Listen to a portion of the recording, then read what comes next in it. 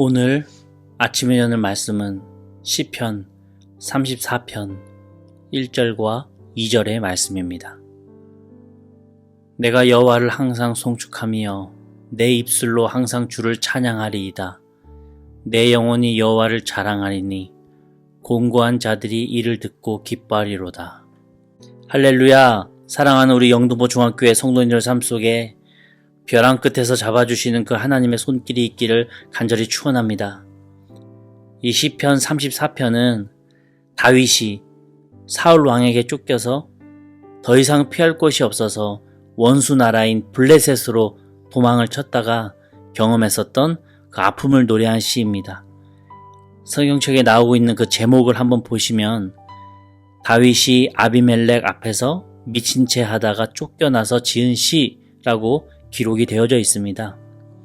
아비멜렉은 블레셋 왕을 통칭할 때 쓰는 말입니다. 마치 애굽의 왕을 전부 바로라고 부르는 것과도 마찬가지입니다. 아브라함 때도 블레셋 왕은 아비멜렉이었고요. 이삭 때도 아비멜렉이었습니다. 다윗은 사울 왕으로부터 도망쳐서 어쩔 수 없이 몰래 블레셋으로 숨어들었는데요. 그 이야기는 사무엘상 21장 10절 이하에 등장합니다. 먼저 그 내용을 알아야 오늘 이 시편 34편의 내용이 이해되어지기 때문에 어쩔 수 없이 이 사무엘상 21장 이하의 내용을 먼저 언급하도록 하겠습니다. 그 내용을 보면 다윗이 사울왕의 추격을 피해서 적국 블레셋 땅으로 도망을 칩니다. 그런데 이 블레셋 사람들이 이 다윗을 알아보는 겁니다. 그래서 가드성의 왕인 아기스 왕에게 끌려갑니다. 가드성은 당시 블레셋 안에서 가장 큰 성이었습니다. 블레셋은 아직 통일왕국이 아니었기 때문에 각 성별로 왕이 존재했었어요. 이 블레셋 중에서도 가장 큰 성, 가장 강한 성, 이 가드성의 왕인 아기스에게 다윗이 잡혀간 것입니다. 이제 다윗은 꼼짝없이 죽을 위기에 놓였습니다. 왜요?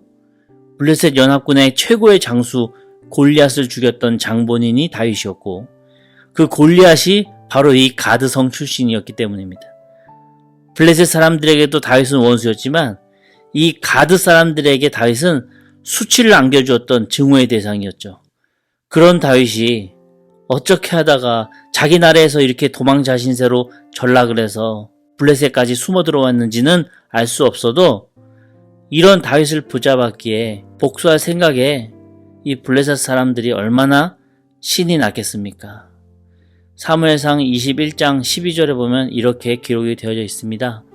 다윗이 이 말을 그의 마음에 두고 가드왕 아기스를 심히 두려워하여. 심히 두려워했다. 왜요? 죽음을 직감했기 때문입니다.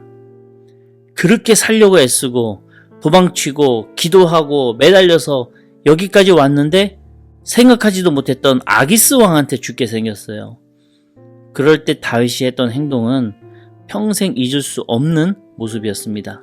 사무엘상 21장 13절에 보면 이렇게 기록됩니다. 그들 앞에서 그의 행동을 변하여 미친 채 하고 대문짝에 그적거리며 침을 수염에 흘리며.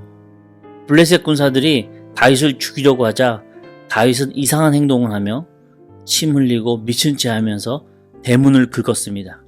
이 어설픈 연기로는요 바로 들통납니다. 아기스 왕 주변에 여러 부하들의 눈이 수십 개가 있습니다. 어떻게 그 상황에서 어설픈 연기로 살아남을 수 있겠습니까? 저는 다윗이 미친 사람 연기를 기똥차게 잘해서 목숨을 부지했다고 생각하지 않습니다.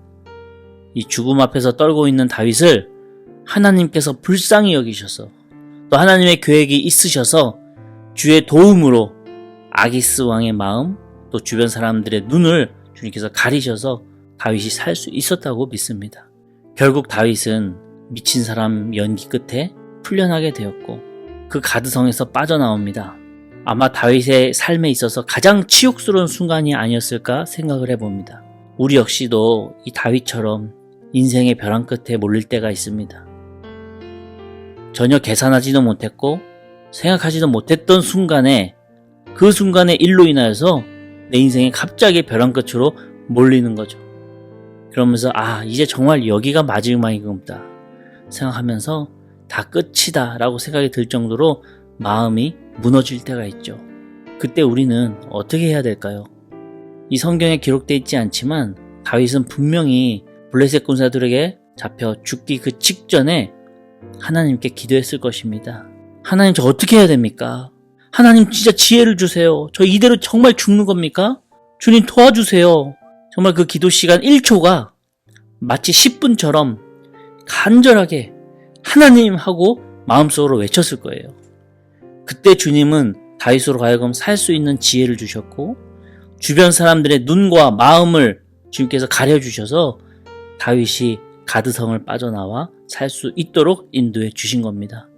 우리 역시도 내 삶에 가장 치욕스러운 그 자리가, 가장 무너지는 그 자리가 바로 극적으로 하나님을 만나는 자리라는 것을 기억하시기 바랍니다. 죽을 듯한 그 폭풍 속에서 정말 내 인생이 끝나는구나 하고 낙심할 때 그때 물 위를 걸어오시는 예수님을 제자들이 만나듯이 우리 삶에도 그 벼랑 끝에서 나를 건지시는 그 다윗의 하나님의 손이 이제는 나를 건지시는 나의 하나님의 손 되기를 간절히 축원합니다. 그 절망의 순간이 변해서 새로운 길을 열어주시는 기회의 시작이 되더라고요. 다윗은 인생에 있어서 지우고 싶은, 제발 없으면 좋을 그러한 순간이었지만 이 미친 채 하며 목숨을 구걸했던 그 아픔의 때가 지난 뒤에 생각하지도 못했던 복된 일을 다윗이 경험하게 되더라고요. 사무엘상 22장 1절과 2절 보면은 이렇게 기록합니다. 그러므로 다윗이 그곳을 떠나 아둘람 굴로 도망하매 그의 형제와 아버지의 온 집이 듣고 그리로 내려가서 그에게 이르렀고 환난당한 모든 자와 빚진 모든 자와 마음이 원통한 자가 다 그에게로 모였고 그는 그들의 우두머리가 되었는데 그와 함께한 자가 400명 가량이었더라. 미친 채 하며 겨우 목숨을 부지하고 아둘람 굴로 도망을 쳤는데 사람들이 그 소식을 듣고 다윗에게 모이게 됩니다. 대략 400명 정도가 모였다고 해요. 다윗은 지금 어떤 상황입니까? 가장 연약한 때, 인생에 있어서 가장 치욕스러운 때를 지나고 있습니다. 가장 지우고 숨기고 싶은 때죠. 우리 삶에도 그런 때가 있지 않습니까? 내 실수로 또는 생각지도 못했던 인생의 풍파로 또는 나의 잘못으로 지우고 싶었던 그때, 정말 인생에 있어서 숨기고 싶은 그때가 있었다는 거죠. 그런데 다윗에게 있어서 그때는 생각지도 못했던 사람들이 모이기 시작하는 계기가 되었습니다. 하나님의 일이 그렇더라고요. 인간적으로 계산하고 인간적인 방식으로는 그때는 가장 외로워야 하고 홀로 있어야 하고 비참해야 되는 때지만 하나님께서는 그렇지 않더라라고 하는 것입니다. 마음에 상처가 있고 삶에 고난이 있는 사람들이 다윗이 아둘람 굴에 있다는 것을 듣고 그 다윗에게 모여들기 시작합니다. 이상합니다. 거꾸로 해야 될 것 같은데 다윗이 블레셋 장군 골리앗을 무너뜨렸을 때 사람들이 모여야죠. 그러나 그때 다윗의 수하에는 사람들이 없었습니다. 수많은 전쟁에서 다윗이 장군으로서 공적을 쌓아도 다윗 수하에는 사람들이 없었어요.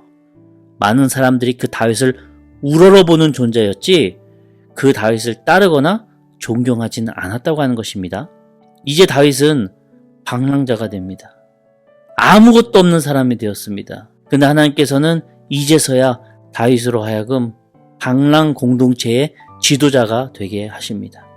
다윗에게 있어서 이 방랑 공동체의 시간은 그를 지도자로 준비시키시기 위한 하나님의 계획이었고 장차 이 다윗을 이스라엘 다스릴 왕으로 삼기 이전에 고난당하는 자들과 빚진 자들, 마음이 원통한 자들, 모든 것을 잃어버린 사람들과 함께 생활을 하면서 낮은 곳에서부터 하루하루 살아가는 이 사람들의 마음도 이 다윗이 이해할 수 있도록 주님께서 준비시키고 계신 것입니다. 다윗이 이런 경험이 만약 없었다면 혹 그가 왕이 된 이후에도 어렵고 힘든 사람들을 돕는 눈은 갖지 못했을 겁니다. 부족한 자를 통해서 일하시는 그 하나님의 섭리를 이해하지 못하는 왕이 되었을 것입니다. 가장 낮고 천한 이 방랑의 이 시간을 통해서 다윗은 왕족부터 시작해서 하층민까지 고루 이해하고 함께 어울릴 수 있는 왕으로 주님께서 성장시키고 계신 것이었습니다. 사도 바울도 이러한 비슷한 고백을 합니다. 빌립보서 4장 12절에 나는 비천에 처할 줄도 알고 풍부에 처할 줄도 알아 모든 일 곧 배부름과 배고픔과 풍부와 궁핍에도 처할 줄 아는 일체의 비결을 배웠노라. 때로 우리의 삶도 바닥으로 곤두박질 칠 때가 있습니다. 바울의 고백처럼 비천해지고 궁핍해질 때도 있다는 거죠. 그때 우리는 실패했다라고 생각을 합니다. 근데 하나님께서는 그 시간을 통해서 나를 알게 모르게 바꾸시고 계시더라고요.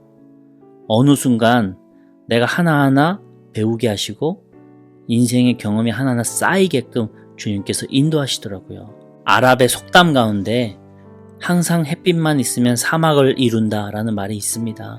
때로 우리 인생에 비바람이 있어야 사막이 되지 않을 수 있다고 하는 것이죠. 비바람 때문에 내가 강해지고 실패를 통해서 인생이 성장해 가는 겁니다. 실패를 통해서 내 인격이 다듬어지고 모난 그 부분이 깎이고 경험이 넓어지고 인생을 배우게 되는 거더라고요. 그리고 우리는 그 실패 속에서 하나님께 더 매달리며 더 가까이 다가갈 수 있는 주의 자녀가 되는 것입니다. 그렇기 때문에 우리는 넘어졌다고 좌절하지 않을 수 있는 겁니다. 넘어짐 자체가 인생의 실패가 아니고 넘어졌다고 인생이 끝난 줄로 생각하는 것이 정말 실패더라고요. 하나님의 사람이라고 해서 어떻게 넘어지지 않을 수 있겠습니까? 중요한 것은 다시 일어설 수 있다고 하는 그 믿음이 중요한 것이죠. 이렇게 이 모든 우여곡절을 겪은 다윗은 인생의 성공과 실패 때에 항상 여호와 하나님께서 함께 하심을 고백하고 그 하나님을 찬양하겠다라고 다짐하면서 지었던 시가 바로 이 시편 34편의 시인 겁니다. 다윗의 이 배경만 우리가 알고 있다면 이 시편 34편을 읽으실 때에 모든 것이 다 쉽게 이해가 되실 겁니다.